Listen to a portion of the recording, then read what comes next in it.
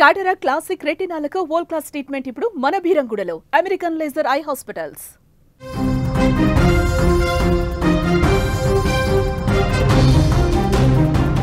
కడప జిల్లా ప్రొద్దుటూరులో కన్న తల్లి ప్రభుత్వ ఉపాధ్యాయురాలు లక్ష్మీదేవిని దారుణంగా చంపిన కొడుకు యశ్వంత్ రెడ్డి కేసులో విచారణ ముమ్మరంగా కొనసాగుతుంది. ఈ విచారణలో భాగంగా కొన్ని విస్తుపోయే నిజాలు బయటకు వస్తున్నాయి. పోలీసులు విచారించిన కొద్దీ ఎన్నో షాకింగ్ విషయాలు తాజాగా వెలుగులోకి వస్తున్నాయి. డబ్బు ఇవ్వలేదన్న ఒకే ఒక్క కారణంతో కనికరం లేకుండా గొంతు కోసి చంపేశాడు ఈ దుర్మార్గుడు. తన హత్యకు తానే కారణమైన ఆ కొడుకు ఏమాత్రం పశ్చాత్తాపం చెందలేదు. హత్య చేసినటువంటి తర్వాత అతడు ప్రవర్తించిన తీరు చూసి స్థానికులే కాదు అక్కడికి వచ్చిన పోలీసులు కూడా నివ్వెరపోయారు. ఎందుకంటే హత్య చేసిన తర్వాత అక్కడ ఇంట్లో హాల్లో కూర్చొని దర్జాగా హెడ్ ఫోన్స్ పెట్టుకొని పాటలు వింటూ వెకిలి చేష్టలతో వెకిలి నవ్వులు నవ్వుతూ అక్కడ యశ్వంత్ కూర్చున్నట్టుగా తాజాగా తెలుస్తుంది. యశ్వంత్ హైదరాబాద్ నుంచి కేవలం తల్లిని చంపడానికే వచ్చాడా అన్న అనుమానాలు ఇప్పుడు వ్యక్తమవుతున్నాయి. డబ్బులు ఇవ్వడానికి తల్లి నిరాకరించడంతో తన వెంట తెచ్చుకున్న కత్తితో హత్యకు తెగబడ్డాడు. ఇక ఉదయం రాగానే ఇంట్లో పరిస్థితులను గమనించాడు. తండ్రి విజయభాస్కర్ రెడ్డి బెడ్రూమ్లో ఉన్న సమయం చూసి బయటకు రాకుండా గడియ పెట్టాడు. ఆ తర్వాతే కత్తితో తల్లి గొంతు కోసి చంపాడు. ఇదంతా చూస్తుంటే ఇది క్షణికావేశంలో చేసిన హత్యనా, లేదా మానసిక స్థితి బాగోలేక చేసిన ఘోరమా, లేక ప్లాన్డ్గా చేసినటువంటి హత్యనా అనే సందేహాలు ఇప్పుడు కలుగుతున్నాయి. కారణం ఏదైనా తల్లిని చంపిన తర్వాత యశ్వంత్ ప్రవర్తించినటువంటి తీరు ఇప్పుడు అందరికీ ఆశ్చర్యాన్ని కలిగిస్తోంది.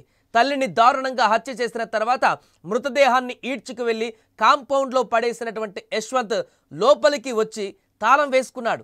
ఆ సమయంలో అతడు హెడ్ ఫోన్స్ పెట్టుకొని పాటలు వినడమే కాదు, తన సెల్ ఫోన్లో వీడియో గేమ్స్ కూడా ఆడుతూ కనిపించాడు.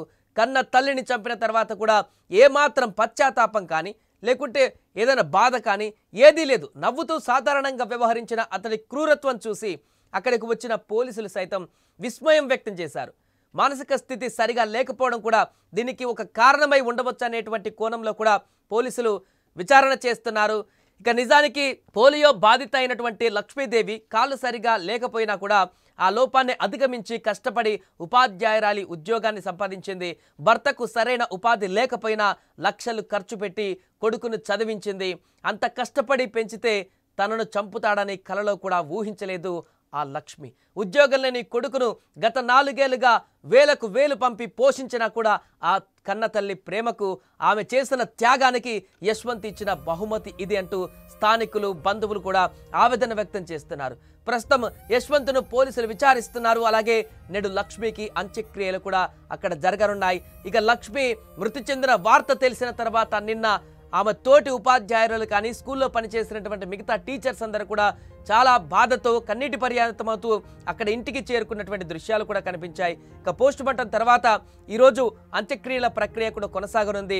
దీంతో లక్ష్మి హత్యకు సంబంధించి అక్కడ ఉన్నటువంటి స్థానికులందరూ కూడా, ఆ కాలనీ వాసులందరూ కూడా ఒక్కసారిగా తీవ్ర భావోద్వేగానికి గురవుతున్నారు. యశ్వంత్ తీరు చూసి తీవ్ర భయాందోళనకు కూడా గురవుతున్నారు. కన్న తల్లిని ఇంత దుర్మార్గంగా చంపేటువంటి కొడుకు కూడా ఉంటాడా అనేటువంటి ఆందోళన వారికి వ్యక్తమవుతుంది. ఇలాంటి దుర్మార్గుడిని ఖచ్చితంగా కఠినంగా శిక్షించాలంటూ కూడా వారందరూ కూడా అక్కడ ముక్తఖండంతో ఖండిస్తున్నారు. ఈ ఘటనను వారందరూ కూడా డిమాండ్ చేస్తున్నారు పోలీసులని. ఇలాంటి వ్యక్తిని ఖచ్చితంగా శిక్షించాలి. మానసిక రోగానో లేకుంటే ఇతరత కారణాలు చెప్పి శిక్షను తగ్గించే ప్రయత్నం చేయకూడదు. ఖచ్చితంగా ఇలాంటి దుర్మార్గుడు బ్రతకడానికి అర్హుడు కాడంటూ కూడా అక్కడ చాలామంది ఆగ్రహావేశాలను వ్యక్తం చేస్తున్నారు. ఏదేమైనా కూడా ప్రభుత్వ ఉద్యోగిగా ఉండి, ప్రభుత్వ టీచర్గా ఉండి 10 మందికి పాఠాలు చెప్తూ 10 మందిని రేపటి భావి పౌరులుగా తీర్చిదిద్దేటువంటి ఉన్నత వృత్తిలో ఉన్నటువంటి ఆ ఉపాధ్యాయురాలని అత్యంత దారుణంగా చంపినటువంటి యశ్వంత్కైతే కఠిన శిక్ష పడాలంటూ కూడా అందరూ డిమాండ్ చేస్తున్నారు.